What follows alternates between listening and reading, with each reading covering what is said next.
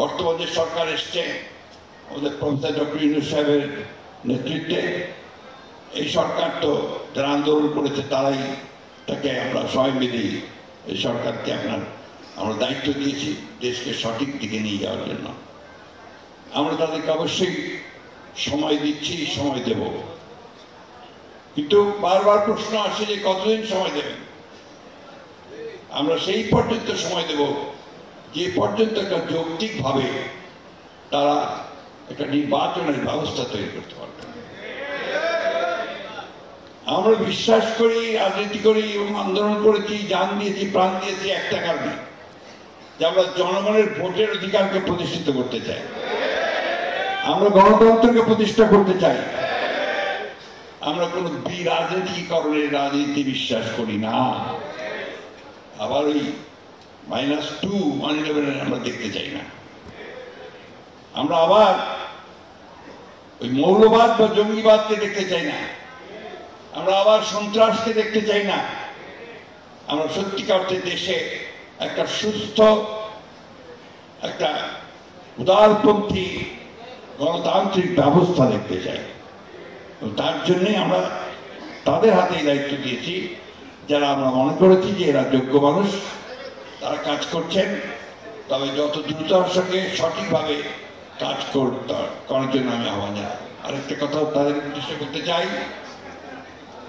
যে ভূতগুলোকে নিয়ে তারা জনগণের উপরে অত্যাচার, নির্যাতন, নিপীড়ন চালিয়েছে, যে দুর্নীতি করেছে, লুটপাট করেছে, সেই ভূতেরা কিন্তু এখনো প্রশাসনের মধ্যে আছে। এই ভূতগুলোকে দূর করতে হবে, নাহলে আপনারা কোনো কিছুই করতে সক্ষম হবেন।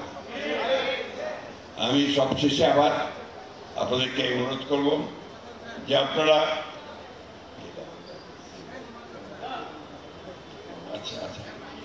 আমরা ইনশাআল্লাহ কখনই ব্যর্থ হইনি। আমরা 52 সালে ভাষা আন্দোলনে জয়ী হয়েছি, আমরা 69-এ জয়ী হয়েছি, 71-এ জয়ী হয়েছি, আমরা 90-এ জয়ী হয়েছি দেশনেত্রী খালেদা জিয়ার নেতৃত্বে। এবার আমাদের আন্দোলন শুরু হয়েছিল আমাদের এই ভারপ্রাপ্ত চেয়ারম্যান তারেক রহমান সাহেবের নেতৃত্বে। আমরা ইনশাআল্লাহ এখানেও জয়ী হব। আরেকটা কথা আপনাদের আমি বলতে চাই, সেটা হচ্ছে যে আমাকে আমাদের সেলিম ভূঁইয়া সাহেব, উনি এখন অনেক বড় নেতা, আমাদের শুধু আপনাদের নেতা নন, তিনি শুধু আপনাদের নেতা নন, তিনি এখন বিএনপির নেতা, তাই না?